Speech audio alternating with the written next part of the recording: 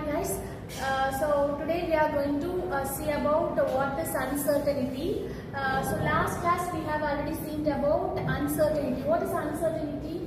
Like uncertainty is the inability of model to predict the outcome. Yes, it is an incomplete knowledge. That is, from your knowledge base, it has some incomplete data are there. So it is called as uncertainty. So for example, real-time example, we call it as temperature, predicting temperature and rainfall, humidity. So these and all real-time applications of uncertainty. So last class we have seen what are the types and what is uncertainty and where it is used.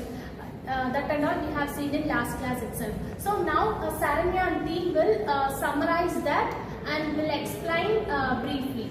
Okay, let's start. Types of uncertainty. There are three types in uncertainty: alliatoric uncertainty, epistemic uncertainty, and ontological uncertainty.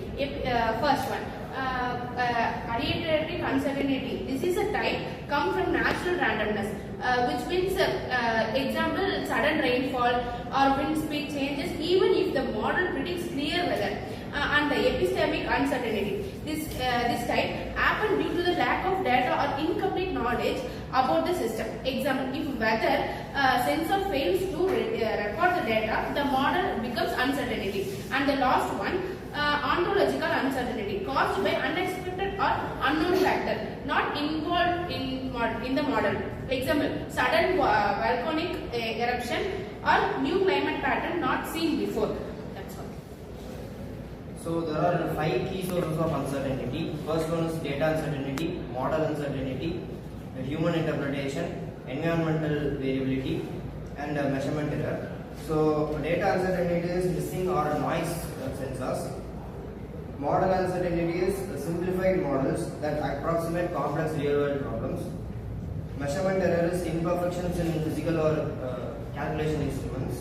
Environmental variability is changing in the conditions of beyond control. Human interpretation is ambiguity in linguistic or qualitative data. So if there is uncertainty, we surely have to handle it.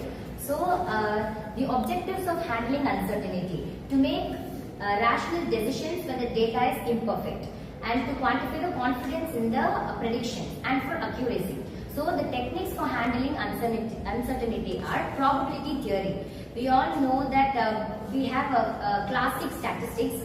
So in that probability of theory is very important. Here we use Bayes theorem and then fuzzy logic. So it was developed by Lotti-Jarek to handle the vagueness and imprecision. So it uses linguistic variables. And it will have it will be like a descriptive, like high, low, or average, normal, like these. These are fuzzy. And next one is evidence theory, that is Dempster and Zaffer theory. So in that there are multiple uncertainty pieces of evidences. With that we will choose the precise one. Now I am going to share about the real world application in uncertainty, and she have told about sorting out using the AI. Now uncertainty happens when there is unknown predictable for an outcome, and let us clear it by applying AI to it. The first application is autonomous vehicle, like going on the road and sudden speed breakers and disturbances happens. So on that time AI can implement it to an autonomous vehicle and can clear the uncertainty. And the second one is medical diagnostic. In medical history, there is a lack of patient information and somewhat else in databases. So we can use this to predict histories of patients. And another one is natural language processing. And NLP, we all actually know about chatbots, and NLP is basically using for that. And fourth one is robotics. Like in the field of robotics, human is using robotics for completing humans' tasks and regulations. And another one, computer vision. Computer vision, actually we use this computer vision for clearing the uncertainty of image reduction, video reduction. If there is any poor noise reduction in that video, we can clear it by applying AI. And last one is financial forecasting. In the statement of bank, we can use this is financial forecasting, and the last one is risk management. Wherever uncertainty happens, we can use AI techniques for reducing the uncertainty or unknown factors.